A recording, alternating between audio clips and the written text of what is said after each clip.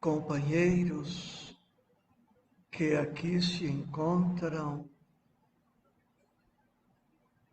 livres de qualquer embaraço legal, porque já tínhamos o decreto que considerava como essencial a atividade religiosa e agora uma decisão do Supremo Tribunal Federal sacramentando isto, consolidando isto. A vocês, que não são muitos, apesar da autorização legal, meu abraço, meu carinho, a minha gratidão, e que bom estarmos juntos no compromisso, na sequência das tarefas. E a vocês, afetos que estão conectados pelas redes sociais, também o nosso carinho, nosso amor, nossa gratidão. Que Jesus, o príncipe da paz, esteja com todos nós nesta hora e sempre. E me reporto a nosso Senhor como príncipe da paz, porque hoje nós estamos iniciando um breve estudo do capítulo 9 do Evangelho segundo o Espiritismo. Bem-aventurados os que são brandos e pacíficos. Bem-aventurados os que são brandos e pacíficos. Por algumas semanas, vamos nos deter neste capítulo e nos temas correlatos. É por esta razão que hoje, de maneira objetiva, atento à disciplina do horário, vamos refletir um pouco sobre o tema guerra e paz. Se fôssemos estudar o tema paz, sem exagero, ficaríamos aqui mais de ano estudando tudo o que se relaciona a este tema. Mas a intenção não é a de nos estendermos tanto. Permito-me ler para todos nós a questão 742 de O Livro dos Espíritos. E quando vocês que aqui estão e os de casa puderem, leiam também as questões 743, 744 e 45, que se referem ao tema guerras. A questão 742. Que é o que impele o homem à guerra? A resposta: predominância da natureza animal sobre a natureza espiritual e transbordamento das paixões. No estado de barbaria, os povos um só direito conhecem, o do mais forte. Por isso é que, para tais povos, O de guerra é um estado normal. À medida que o homem progride, menos frequente se torna a guerra, porque ele lhe evita as causas, fazendo-a com humanidade quando a sente necessária. Esta questão, como todas as questões do Livro dos Espíritos, enseja-nos 1000 reflexões. Não me deterei totalmente nela, porque pretendo trazer alguns outros apontamentos, mas que estão intimamente ligados a algumas ideias da questão 742. Novamente a pergunta e a parte inicial da resposta. Que é o que impele o homem à guerra? Predominância da natureza animal sobre a natureza espiritual. Ou seja, na condição humana em que nos encontramos, ainda não superamos totalmente os remanescentes do período em que transitamos na condição animal. Trazemos em nós, dada a pouca evolução, muito do que os nossos irmãos animais possuem. Os animais têm muito pouco da humanidade, mas a humanidade, no estágio em que ainda se encontra, tem muito do animal. Por isso, mais adiante, a resposta dirá: à medida que o homem progride, menos frequente se torna a guerra, porque à medida em que o homem progride, vai se distanciando do período da animalidade. Agora, oriento-me pela síntese que aqui tem. Os animais possuem, como sabemos, alguns instintos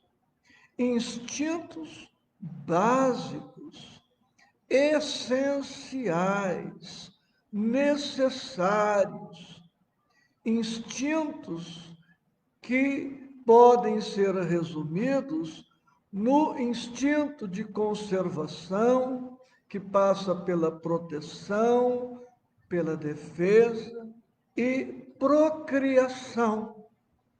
No animal, estes instintos são puros e, repetindo, necessários. Sem estes instintos, os animais não sobreviveriam. E sem a sobrevivência dos animais, não teríamos nunca, em tempo algum, a humanidade, porque a criatura humana nada mais é do que o princípio inteligente que transita na faixa animal, mais desenvolvido, mais educado. Em um passado já algo distante, fomos o que os animais são hoje.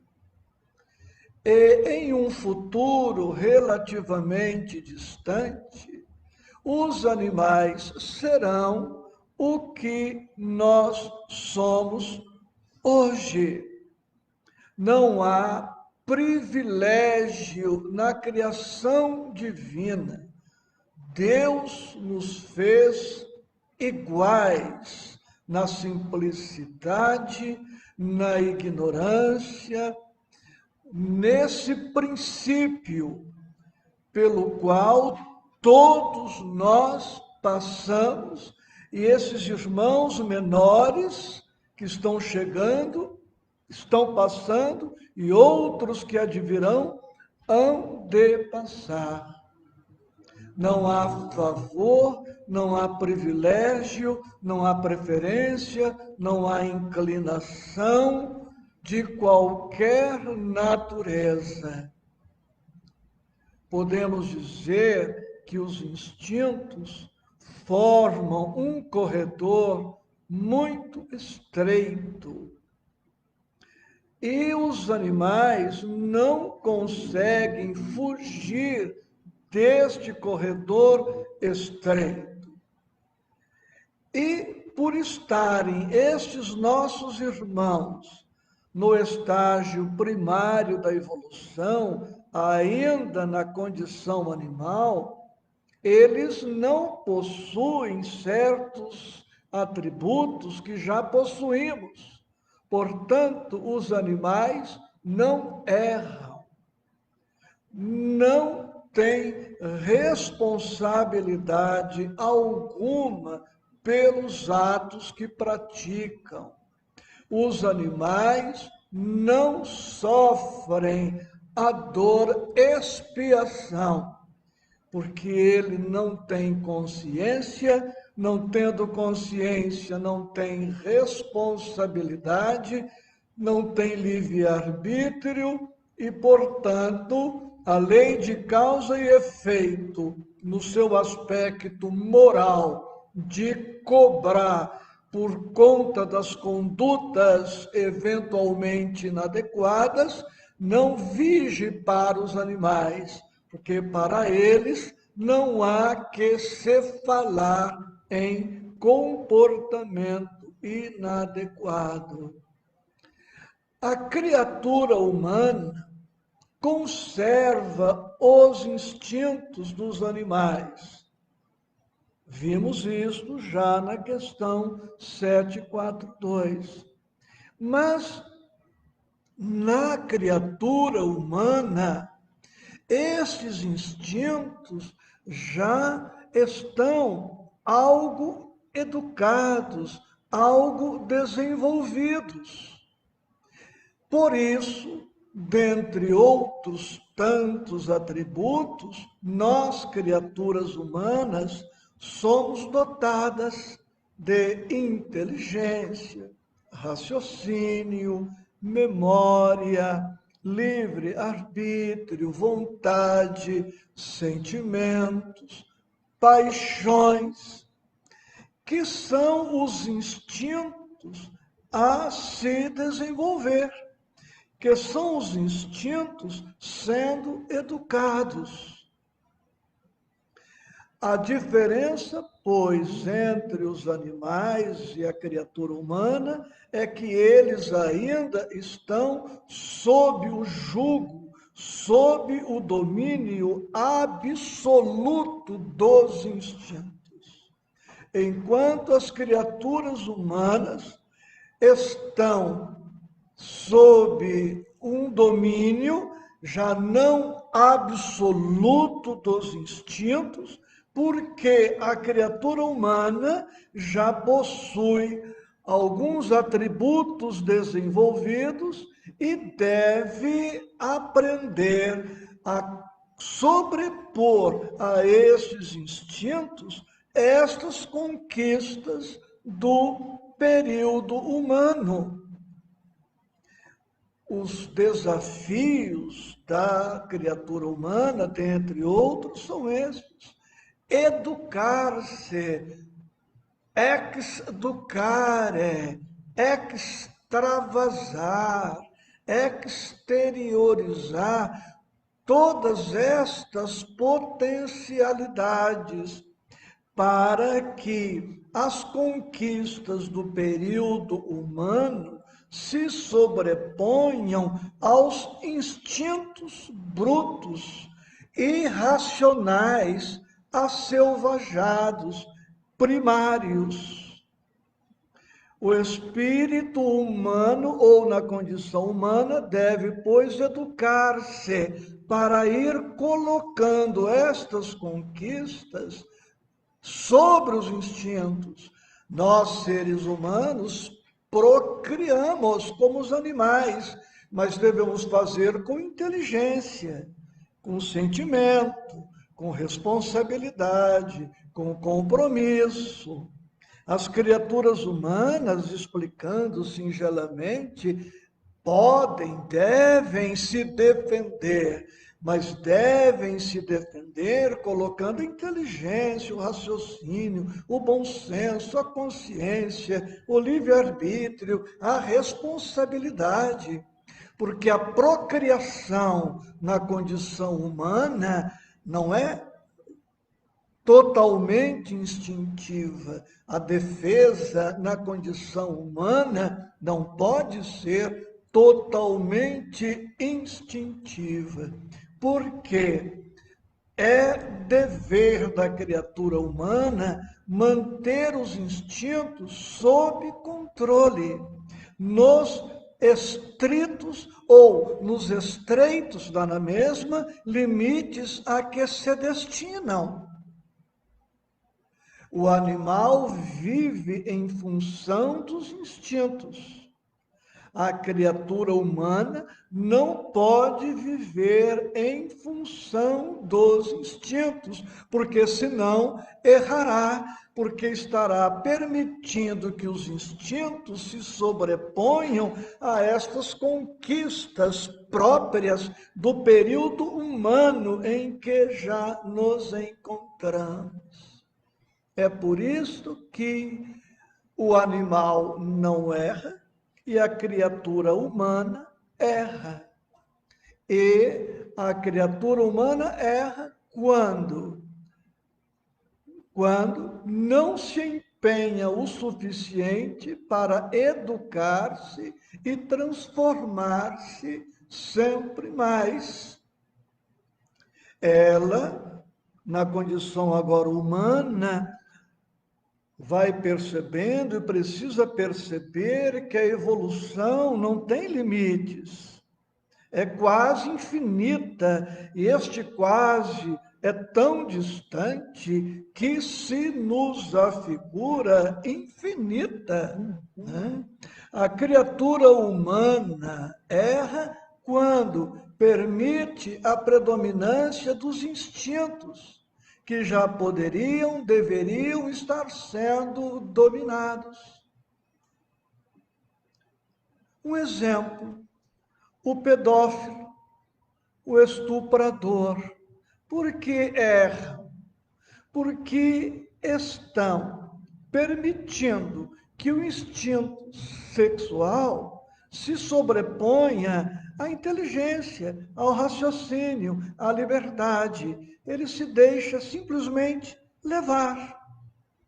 A criatura humana erra quando coloca a inteligência e outros atributos a serviço dos instintos exacerbados e enfermos, dando-lhes relevo indevido.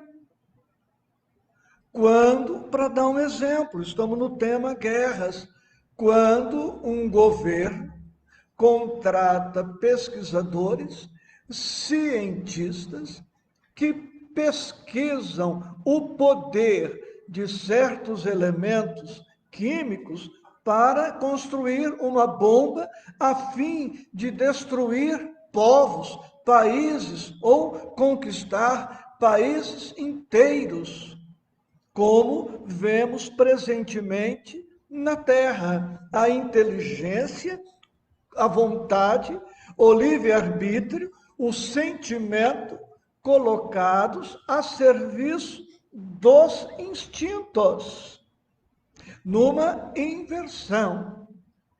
O egoísmo humano é o instinto primitivo do animal. O que é o egoísmo? É o instinto que adoeceu. É o instinto maximizado, exacerbado. Quando o espírito sai do corredor estreito da animalidade, ele se depara com uma avenida muito ampla, muito larga para a sua evolução. E ele agora, percebendo-se nesta avenida larga, continua preso aos instintos primitivos, e dá largas a esse instinto que agora deveria estar a serviço da inteligência, da vontade, do livre-arbítrio que ele começa a conquistar. Quando ocorre a prevalência dos instintos, observamos o seguinte: o domínio pertence aos mais fortes fisicamente. Quando os instintos prevalecem, o domínio é exercido sobre os outros.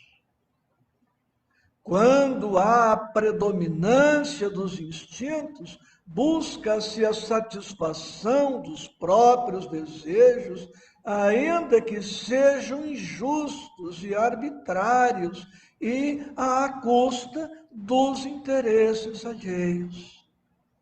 E por esse estudo, e não obstante singelo, podemos perceber em que estágio eu, tu, nós estamos transitando. Vamos repetir: com a prevalência dos instintos, prevalece a vontade do mais forte fisicamente, ou do mais forte intelectualmente, ou do mais forte na malícia, na malandragem, na astúcia, que são também formas de violência. E o domínio, quando prevalece o instinto, é exercido sobre o outro e busca-se a satisfação própria, ainda que injusta, arbitrária, e à custa do outro. Transformamos o outro em meio para o nosso gozo, em meio para a nossa satisfação, desde que nos sintamos atendidos em nossas vaidades, em nossos caprichos, em nosso egoísmo, damos-nos por satisfeito, e a infelicidade do outro não é problema nosso, é problema dele. Consideramos-nos superiores a ele. Com a prevalência dos atributos espirituais, verifica-se o contrário. O domínio pertence aos mais fortes, moralmente, espiritualmente. E pelos quadros que o planeta Terra apresentam, percebemos que a aristocracia moral, a aristocracia dos bons, está ainda muito distante de acontecer. Eu trouxe uma palavra nova que preciso explicar. Aristocracia é uma palavra que deriva do grego aristocratos, governo dos melhores. Até aqui, na história da humanidade, vocês vão encontrar esta matéria no livro Obras Póstumas, de Allan Kardec. Até aqui nós tivemos 4 aristocracias, que são o governo do melhor. É por isso que, num certo período, os filhos dos reis herdavam a coroa. Era uma espécie de aristocracia, a aristocracia da descendência, a aristocracia do sangue. Teve um período que era a aristocracia do mais forte fisicamente. A aristocracia que ainda não se implantou na terra, das 5, será a última aristocracia. Será a aristocracia do bem, da moral, da ética. Os bons predominarão, os bons prevalecerão. E pela barbárie que encontramos no mundo, com milhões passando fome, sede, desempregados, podemos perceber o quão distantes estamos da aristocracia que o Cristo espera seja implantada na terra. Com a prevalência dos atributos espirituais, o domínio é exercido sobre si mesmo. A pessoa não quer mais dominar o outro. Na aristocracia do instinto, na predominância do instinto, o homem é o lupus domini do próprio, ele é o lobo do próprio homem. Lupus dominus de domínio, lupus, lobo, o lobo que há em nós domina, e com isso tripudiamos sobre as criaturas humanas, nossas irmãs. Com a prevalência dos sentimentos elevados, a criatura quer dominar a si mesma, e conquistar-se a si mesmo é muito difícil, é algo que requer muito esforço perseverante, continuado, sem desistência de qualquer natureza. Com a prevalência dos atributos espirituais, busca-se a satisfação dos interesses alheios, tanto quanto deseja ver atendidos os próprios interesses, porque os sentimentos prevalecendo sobre os instintos levam-nos a perceber que o outro é nosso igual, que o outro tem direito à justiça, tanto quanto nós temos, que o outro é tão credor das nossas providências, quanto nós nos arvoramos em credores desta previdência que há em toda parte. Ou seja, não há privilégio, não há primazia, não há preferência, não há inclinação. Somos irmãos, somos iguais, filhos do mesmo Pai, na mesma origem, com a mesma destinação, e nos devemos entreajudar. Não sei se todos já perceberam a correlação com o capítulo 9. Bem-aventurados os que são brandos e pacíficos, mas se ainda paira alguma dúvida, explicito agora. Toda pessoa colérica, que se ira, que se desequilibra emocionalmente, naquele momento ela está se permitindo dominar pelos instintos asselvajados, pelos instintos primários. Ela está se deixando levar pelos instintos que adoeceram, que estão agora exacerbados, porque ela, em que pese estar na condição humana, está empenhada em tripudiar sobre o outro. E isto acontece porque esta animalidade ancestral ainda remanesce, está em nós.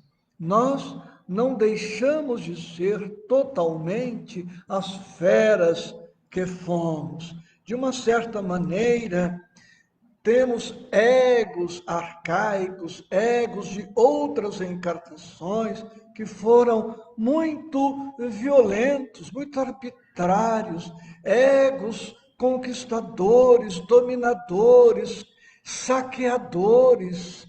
E estes egos ainda exercem um grande domínio, uma grande influência sobre o ego atual.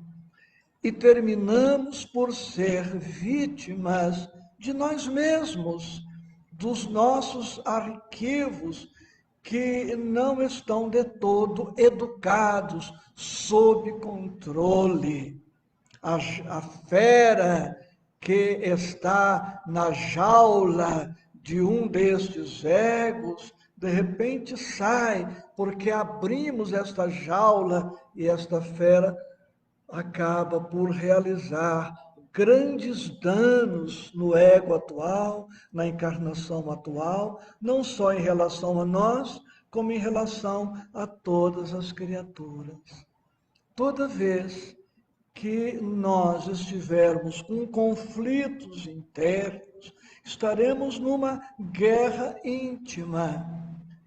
Se fizermos uma ausculta de nós mesmos, dessas guerras íntimas, destes conflitos, veremos que algum instinto está insatisfeito, algum instinto não foi atendido e está reclamando atenção.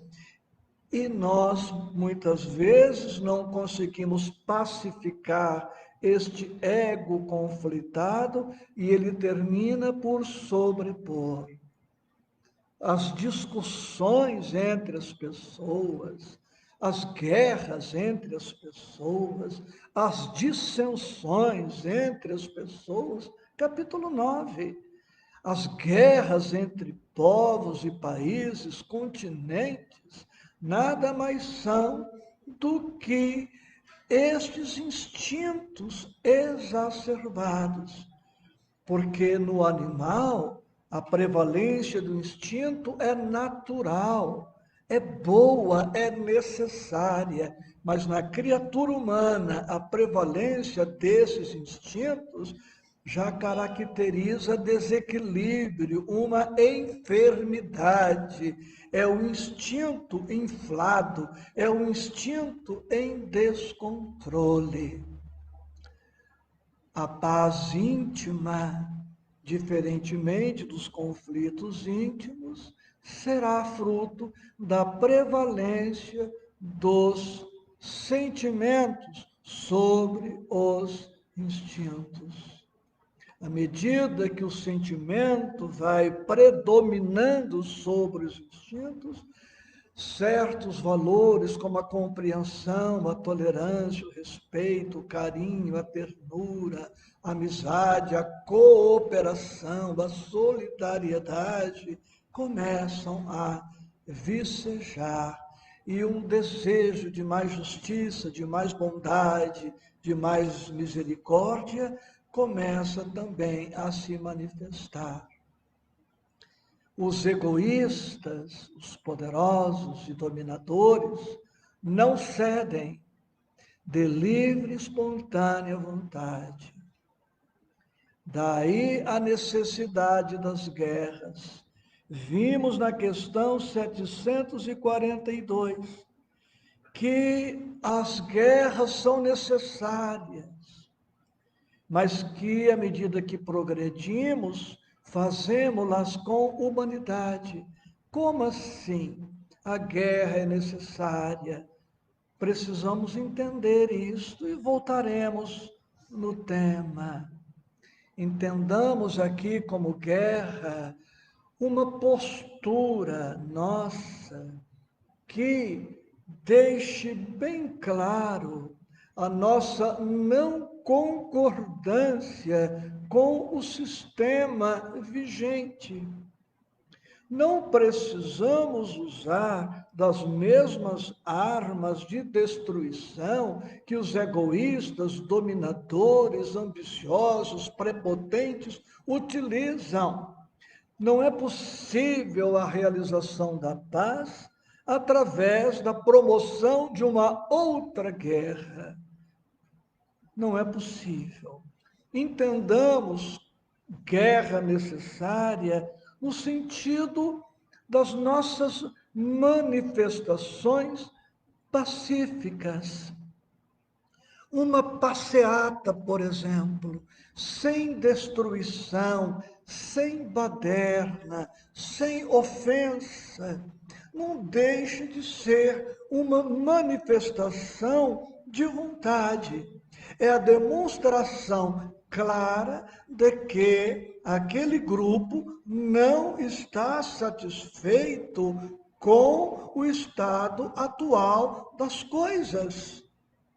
Uma greve pacífica que sirva como advertência é perfeitamente compreensível. Não esperemos que os países ricos abram seus cofres e, por um ato unilateral da vontade, por uma generosidade, abram seus cofres e compartilhem de suas riquezas com os países miseráveis. Será preciso que estes países, que esses povos se organizem, não numa guerra armada, mas em manifestações pacíficas que terminem por realizar uma comoção mundial e os poderosos incomodados comecem a se modificar. Isso em relação aos nossos congressos, aos nossos governadores todos, é-nos lícito manifestar insatisfação. Mesmo Cristo, quando fisicamente entre nós, não concordou com tudo e deixou sempre muito claro em que consistia a vontade de Deus, em que consistia a justiça de Deus, em que consistia a misericórdia de Deus. Tanto que ele entrou no templo, naquela cena célebre, e derrubou tudo que estava nas bancas, expulsou os cambistas, exploradores da fé simples do povo. Então, é-nos lícito demonstrar insatisfação. Não precisamos concordar com tudo, concordar inclusive com o que está errado. E um exemplo extraordinário do século XX, Gandhi não usou uma arma, não derramou uma gota de sangue e conseguiu sensibilizar o povo hindu que conquistou a independência política do jugo inglês sem uma guerra armada. E dizem que Gandhi agora quer reencarnar para libertar a Índia do ponto de vista espiritual. Porque na Índia e em outros países daquela região não se sabe bem para que serve a reencarnação. Agora que a Índia se libertou parcialmente do jugo inglês, ele quer contribuir para a libertação espiritual daquele povo ao qual ele ama de maneira muito especial. Os fins não justificam os meios. Não se realiza a paz através da violência, seja ela de que natureza for. Agora leio para avançar. As guerras pela implantação da justiça e da paz não podem utilizar os mesmos violentos meios utilizados pelos egoístas. Não podem objetivar os mesmos fins dos egoístas, ou seja, a simples inversão da ordem, passando-se de dominado a dominador arbitrário. A vitória plena da paz, com a eliminação das guerras íntimas, da eliminação das guerras entre pessoas e entre povos e países, se dará através da vitória plena do Evangelho de nosso Senhor Jesus Cristo em nossas vidas. A implantação da paz se dará pela vitória do Espírito sobre a matéria, pela vitória do bem sobre o mal, pela vitória da justiça sobre todas as injustiças, pela vitória do amor sobre os instintos odientos e asselvajados, pela vitória da caridade sobre a indiferença moral, pela vitória sobre si, sobre todos os egos arcaicos decorrentes de outras encarnações que teimam em manter seu império. Ou seja, a paz do mundo começa em mim. A paz do mundo começa em nós. Toda vez que nos decidimos pelo bem, pelo amor, pelo belo, pela justiça, nós estamos optando pela paz. A melhor técnica de erradicarmos as guerras do mundo é pautarmos a nossa vida pela paz, sobretudo pela paz íntima, porque a paz, realizando-se em mim, espraia-se em derredor de mim e realizamos assim o contágio abençoado desta paz. Por isso disse nosso Senhor Jesus Cristo: deixo-vos a paz, a minha paz vos dou. Não vou-la dou como o mundo a dá. Não se turbe o vosso coração. Credes em Deus, crede também em mim. A paz começa pela serenidade íntima. Que Jesus, o príncipe da paz, abençoe a vocês e a todos nós que aqui nos encontramos.